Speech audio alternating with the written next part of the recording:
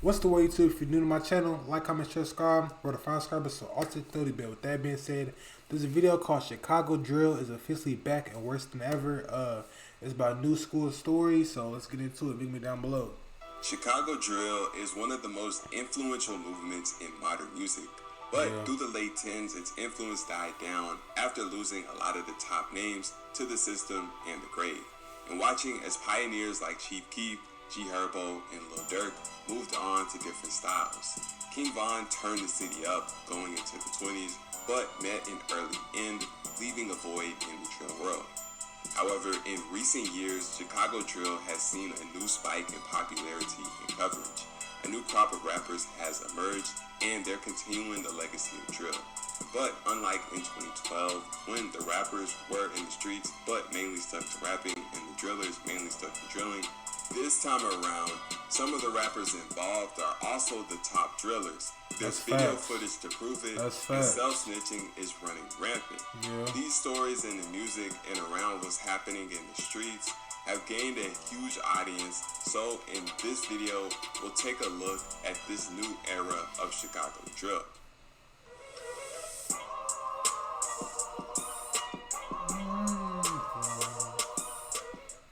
Following the passing of Von in late 2020, it was relatively quiet in the city as far as the drill scene was concerned. But a duo called the DCG Brothers took off in the city with two big songs. Lil Zay Osama, who first blew up in 2019, began gaining a new buzz, becoming one of the leading artists in the drill scene.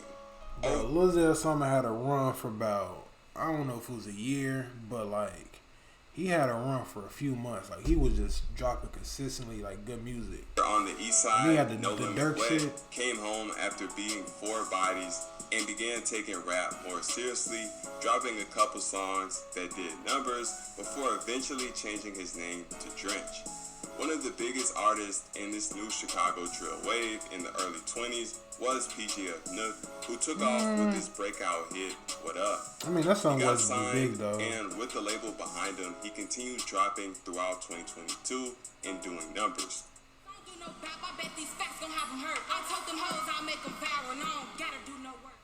In early 2023, Mellow Bucks, a new female rapper from No Limit, blew up after dropping a song called Boom that went crazy, racking up millions. She followed this up with a remix featuring Lotto that went even crazier, establishing her as the biggest female rapper in the rap. Mello was one of a couple who were No Limit rappers. Hold on, if it ain't her, I think it's probably Star Bands. I think Star Bands is pretty big too, but I'm biased for I like Mellow Bucks a lot, so I'm biased. Didn't shine. No Limit Wet, who had changed his name to Drench, was still doing his thing, and Big Op, also known as No Limit Faro, was also beginning to take rap seriously, and the fans were embracing him. Being the most famous rapper from No Limit, G Herbo would do features with all 3 of these rappers to help boost what they already had going. This movement in No Limit was part of a new wave forming in the rap. Another rapper in this wave who was closely associated with Big Op was Math Tski. He blew up in late summer off his hit song Catch a Beat, a huge record that made him arguably the hottest new rapper in Chicago. He also had other big records like Munyon and I Like It. The next 2 artists to take off were YFG Fatso and Von 1700. In late 2023, Von had 2 songs that took off in the city, Via Via and Free Break Freestyle. Fatso had a song called Rilo Rod that was also doing numbers during the same time. Going into 2020, the best song he got, bro, the best song he got today, in my opinion, is Racing. Racing is the best song, bro. Both of these artists would really take off in the Chicago scene and beyond. But at the very end of 2023, the drill scene would end up losing a rapper after Lil Zay Osama went down over a high-speed chase that ended with Zay getting caught with automatic weapons and jewelry that tied him to arriving in New York.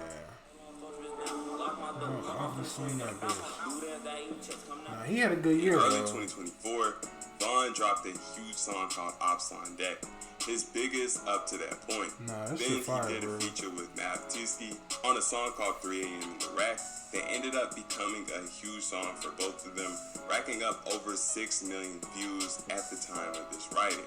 A few months later, he dropped You Know That, another huge song. Then he teamed up with Mav Tski again, along with Big Op, to drop Swing It, and this song also ended up doing millions. Nah, that shit went crazy Everything too. about Vaughn was working in his favor. His unique mid-2000s Atlanta beats, his glasses, and the fact that people thought he looked like a nerd, and the fact that he could really rap and make good songs. It all combined to make him extremely viral, and by April, I had said, cause I did a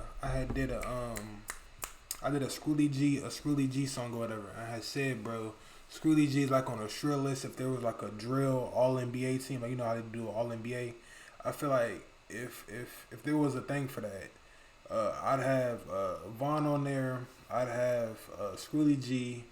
Who else would I have? I gotta have Bloodhound Lil Jeff. I'm sorry, I gotta have him. It was short, but you mean like he All NBA first team. So I got them three, and it's like two more people, bro. Like I can't think of who, but I don't know, bro. Them are Fatso, bro. Vaughn was the I'm talking about new people. I ain't talking about no Lil Durk or her. I'm talking about new people. Month, he announced I guess it's like an All NBA rookie team. It's rookie team.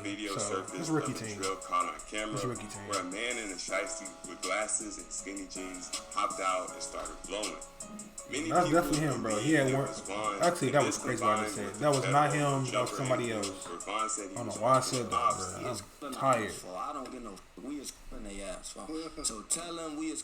That was a fake laugh, bro, dude. He was like, I'm not with that. When you say we, you're not saying that you personally want to be involved in anything like this, right? We team. Nah, we team is crazy. Dodge Durangos, nah, the that's same crazy. car that was used in the video, along with the fact that he had several songs talking about whacking an op on camera and at a gas station, led the internet to believe he was either extremely dumb and self-snitching at ARAB levels, or a smart marketer taking advantage of a coincidence to make his music even more viral. That teach you who run this shit was crazy, also bro. big for YFG Fatso. In February, he dropped Princeton bro. Freestyle, his biggest song on YouTube to this day. Around the same time, he was seen linking with Durk, who would even announce Fatso had signed to OTF, although Fatso would later reveal that he hadn't actually signed with Durk. Unfortunately, that why he didn't get the a month chain? after dropping Princeton Freestyle, Fatso ended up getting locked up. But he wasn't in for long and got back to dropping music when he got out. Meanwhile, more new artists were still popping up left and right. A rapper called Chucky Wackham blew up with songs like Good Aim and 100 Days and 100 Nights. He hopped on the 100 Philly days, drill 100 sound nights. and Gotta brought get his my own money unique right. style and voice to it. He was another rapper in the new Chicago drill movement who Durk co-signed early. Durk would also announce that he was signing Chucky to OTF, and Chucky confirmed that he did actually sign to OTF in his interviews.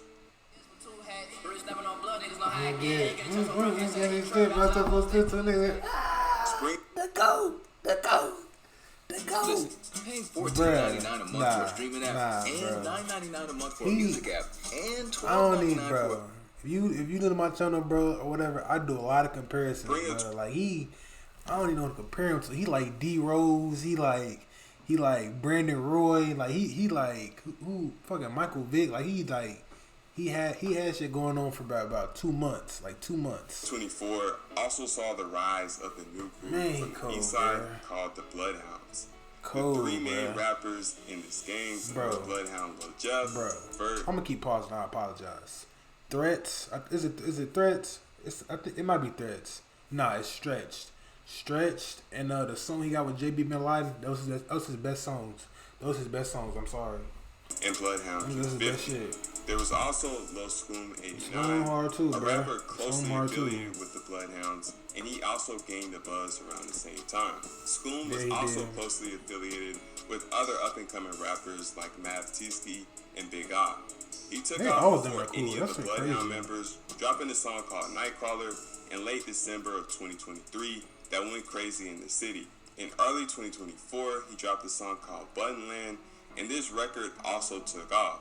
As previously mentioned, Scoom had close ties to the Bloodhounds, and around the time his name started gaining attention, a Bloodhound member called Lil Jeff was also beginning to gain attention on his own.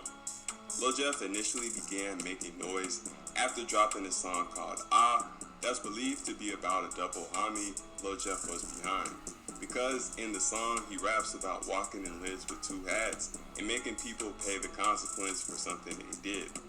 Throughout early 2024, Jeff continued to build a following off of rap and the alleged bodies he was racking up in the streets, becoming known for self-snitching on live, announcing his body count, and implicating himself in all types of crimes, from robberies to drills. His homies Q50 and Vert were right beside him the whole time, and the entire Bloodhound group was gaining motion. They had all types of beef in the streets, but would also find themselves in rap beef with fellow up-and-coming artist YFG Fatso.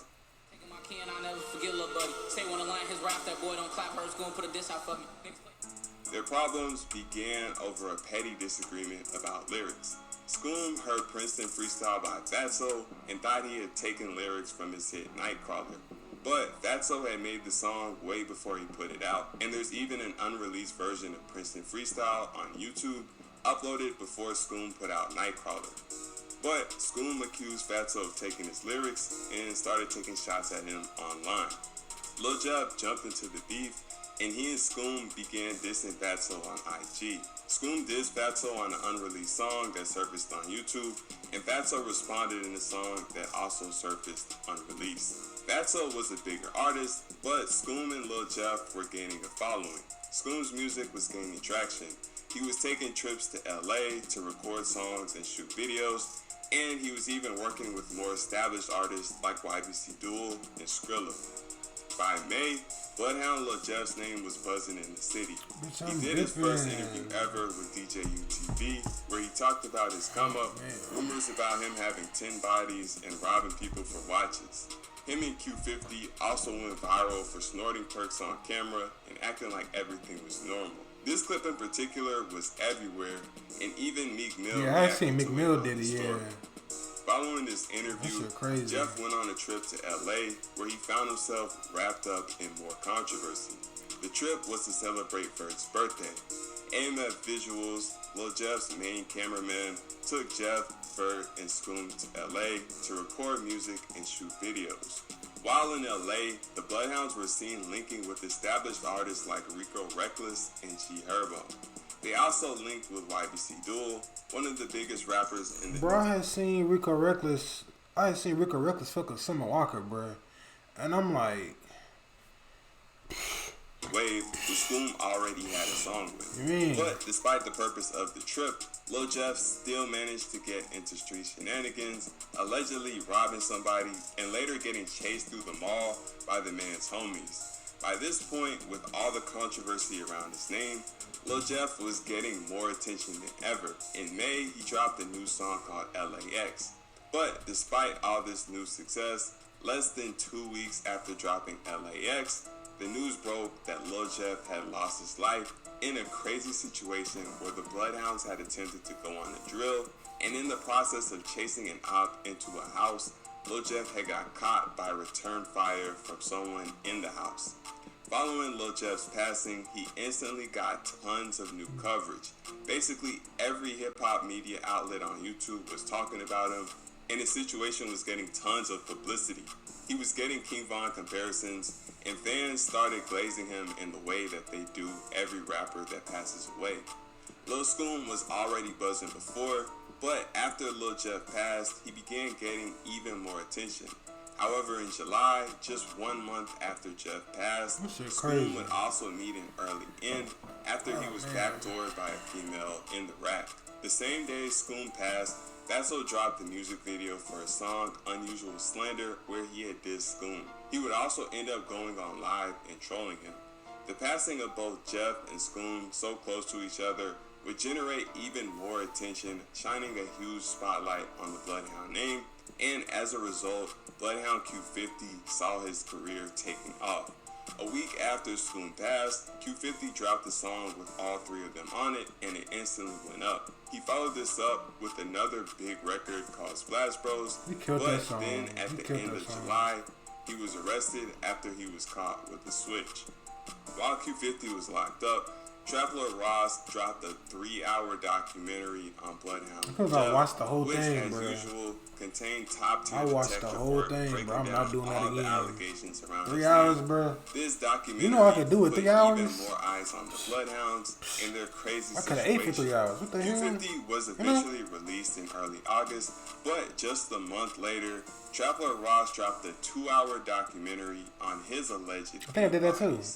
Around the same time, Fatso dropped a song called Bougie Hoes that blew up, becoming arguably the biggest song of his career. Facts. At the end of the month, he dropped a mixtape titled A Reaper Ceremony, continuing the run that he was on. Late summer also saw the rise of Baby Chief. Baby Chief do it the best. Baby Chief do it the best. Few songs like Snooze You Lose and 6 Times Today.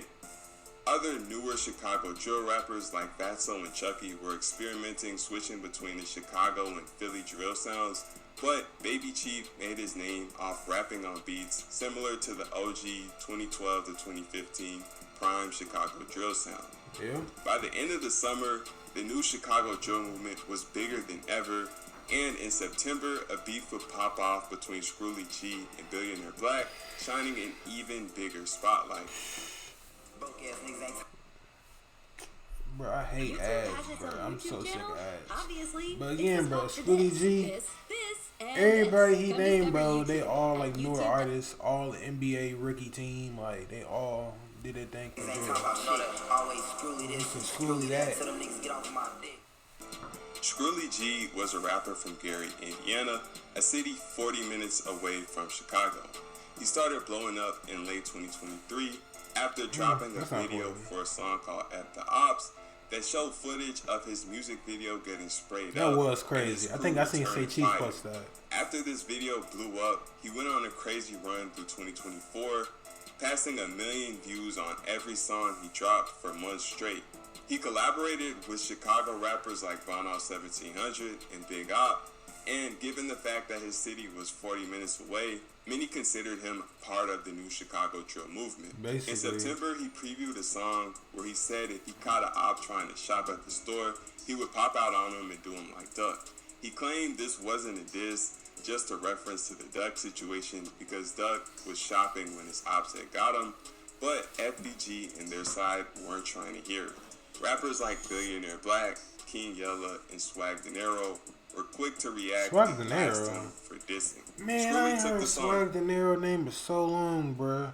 Last song I heard from Swag Dinero was Have It All in like 2013, bruh. That is crazy. But then a couple of weeks later, he dropped an official diss where he took shots at Billy, I was like 12 years old when that song came out, but still. He featured Bloodhound Q50, who decided to diss Tuka, one of FBG's fallen members. Billy had heard the preview and made a diss reply. So when the Scrooly diss dropped, he released his an hour later, dissing him back. Then he dropped part 2 to diss Q50 and the Bloodhounds. Billionaire Black beefing on songs with Scrooly G and Q50 was a full circle moment in drill because he and Duck beefing with E-Day was the beginning of the back and forth dissing in drill. Other FBG members like Young and Dutchy also responded with disses of their own aimed at Scrooly G and Q50. Scrooly and Q50 didn't respond to any of the disses, and Q50 took to IG to act like he was now too gangster to rap beef and would handle things in the streets. This brings us to the present day. The new Chicago drill scene has everybody's attention. Unfortunately, by this point, we know how things end. A couple rappers will think they can stay in the city without any repercussions and it'll cost them their lives. A couple will crash out and get long sentences. And a select few smart ones will get out the city and use the opportunity to expand beyond drill. But although we know how it ends, there's no telling how much time is left. It could be as many as 3 years or less than 1. We'll just have to wait and see. Shout out to him for the video. I don't know, cause the title say like Chicago drill is like worse than ever or whatever, and like I don't know, bro. Cause I think like it's some good and some bad to it. Like obviously, like it's good and bad, but I think it's cool. But I think it's cool. This video better not play. But shout out to him for the video. I'm out. Peace.